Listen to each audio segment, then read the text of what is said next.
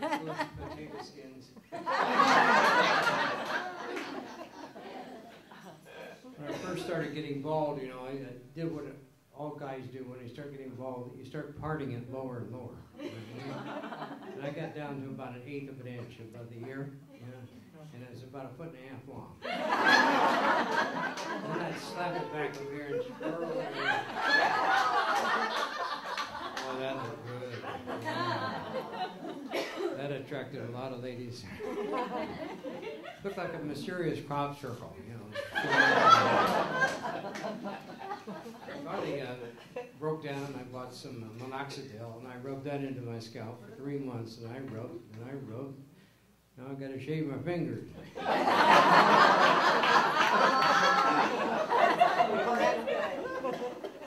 Things don't work out all the time. Yeah, then finally I broke down and I was watching the shopping channel and I sent in my $29.95 for a hairpiece. And I had to go down to Costco and pick it up. I had to buy 12 of them. And,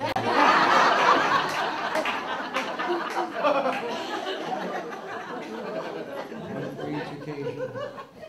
I opened it up the box and I first looked at it and it scared me. It looked like roadkill, you know? Stabbed the thing. I put it on and I thought I'd take a test stroll in my neighborhood, see if anybody noticed, and I walked outside and walked down the sidewalk, and sure enough, buzzards started coming.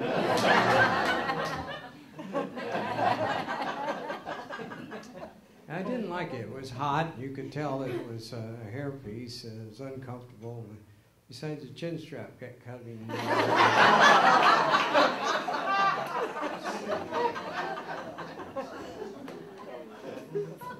Well, that's all right. I've been married and divorced 3 times.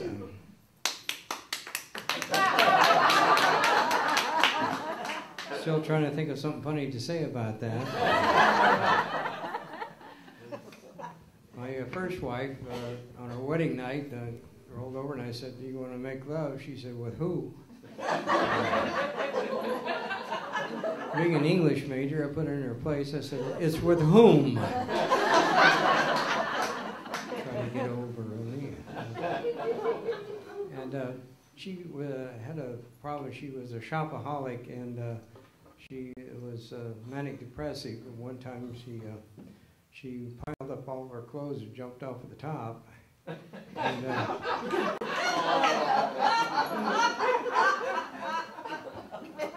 the only thing that saved her was the rubber boots. My second wife, she ran off with the first wife.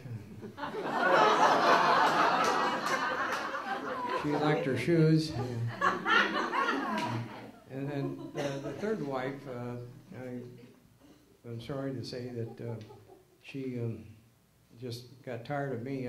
She said she wanted to go out into the world and find out who she really was. And I said, "Check your driver's license."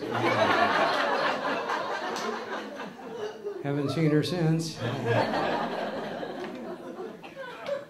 Real proud of the kids we had in that marriage, though. We had a terrible battle over who was going to get custody of the kids.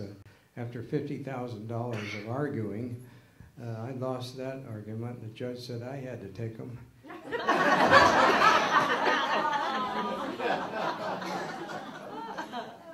Think you want something, and then you have it for a while, you know. Yeah, I'm real proud of the kids. So my son, he crammed 5 years of college into 10 years. Went to UCI, University of Complete Idiots. And, he did get a good education, though. He majored in economics and Spanish. He's now a bank teller in Tijuana. Things don't turn out the way you really want. As I've gotten older, I try to stay in shape. First thing I do in the morning, I take a nap. Brush my tooth, and things are starting to sag. I used to like boobs till I got them.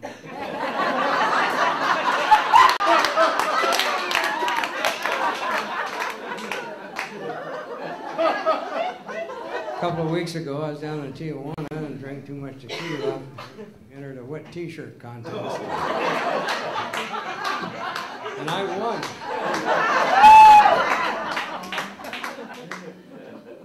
Tom Reel, our host tonight, he sent me an application to be a waiter at Hooters.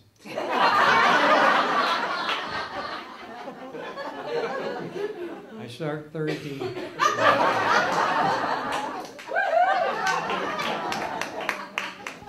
I was a pilot for American Airlines for 32 years, and in those 32 years I logged over 28,000 flight hours. And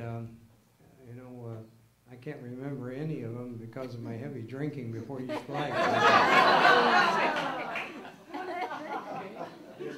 I used to date flight attendants when I was flying for American, but I would take them out to dinner. I stopped doing that because when the food would come, they'd stand up to eat.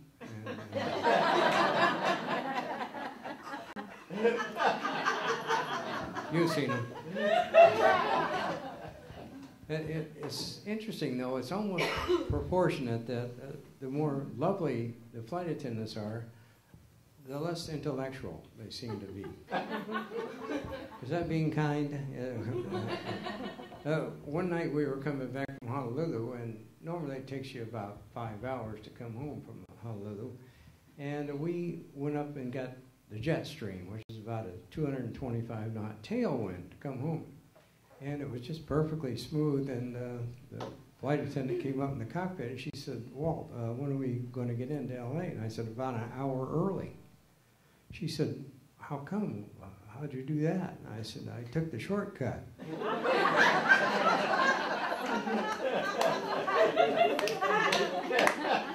She was pretty. She was really good looking. She said, "What's the shortcut? Why don't you tell the other guys about it? You're costing American Airlines a lot of money in fuel, you know. Share the shortcut." And I went home, and for 2 weeks, guys were calling me asking me about the shortcut. Top secret, like gunfighters, you know. Yeah, I was a naval aviator, a Navy pilot, naval aviator. I flew navals around.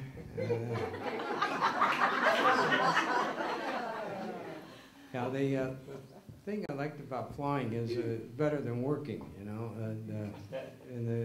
I flew in Vietnam, and you earn a name, a nickname. Like if you saw Top Gun, there was a Viper, and there was Iceman, and Maverick, and my handle in the squadron was "Hey You." Kind of described my personality, I guess.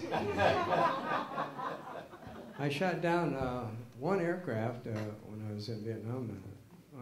Two if you count John McCain.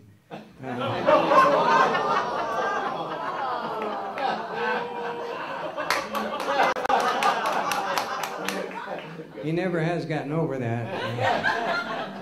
He blames me for having arms too short to scratch his testicles. You know.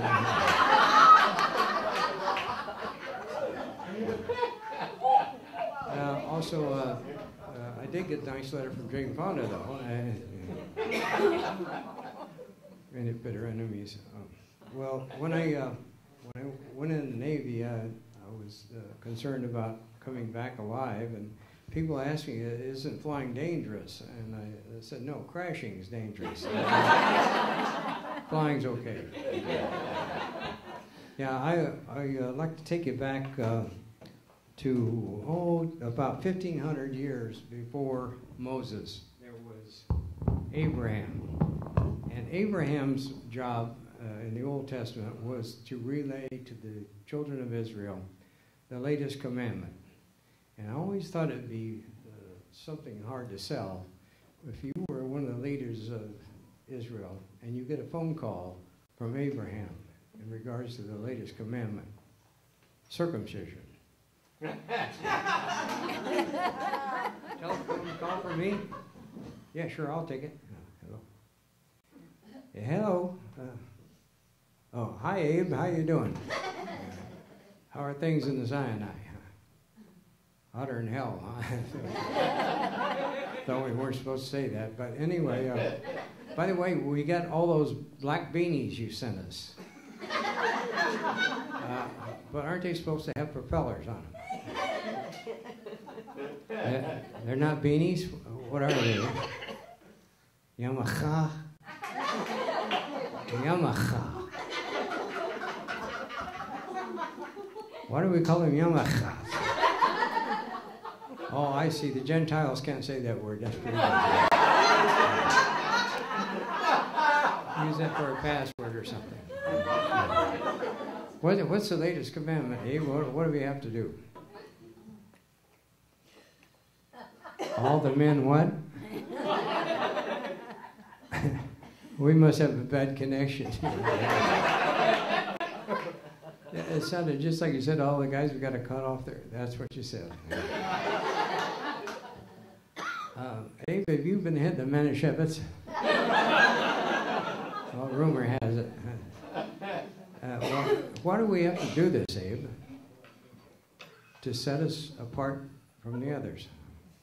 Well, you know, the black beanies pretty well took care of that.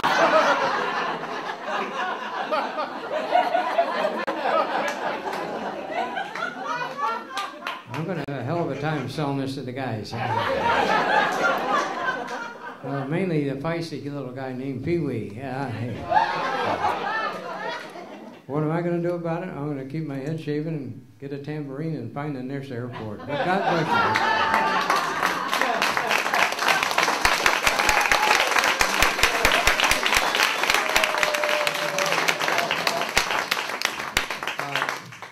There's no introduction to this other than a robot taking a drink of water. That's not my bones.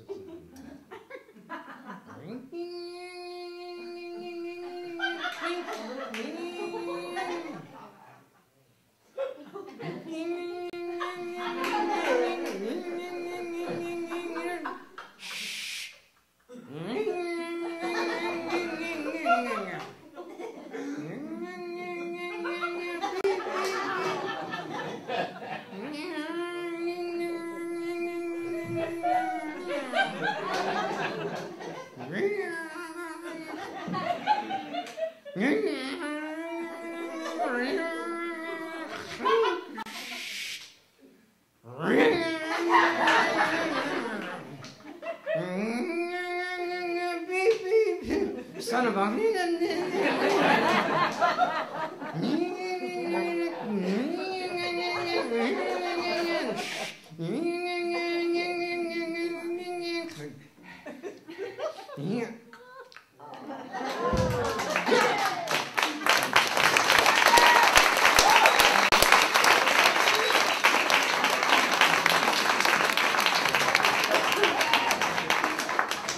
As I sat down one evening over at Molly's Cafe, a 40-year-old waitress to me this words to say, I see you are a pilot, and not just a common bum, for no one but a pilot stirs his coffee with his thumb.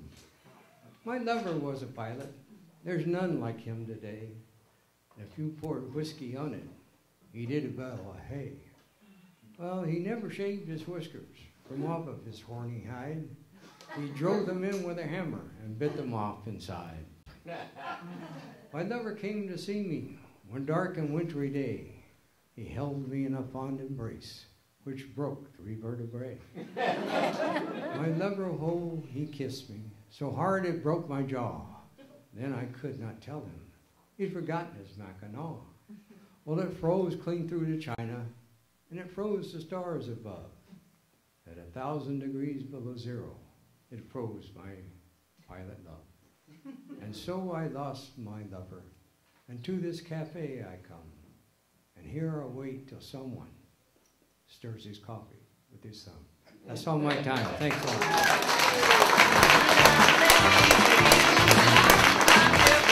Walt Stevens! Walt Stevens!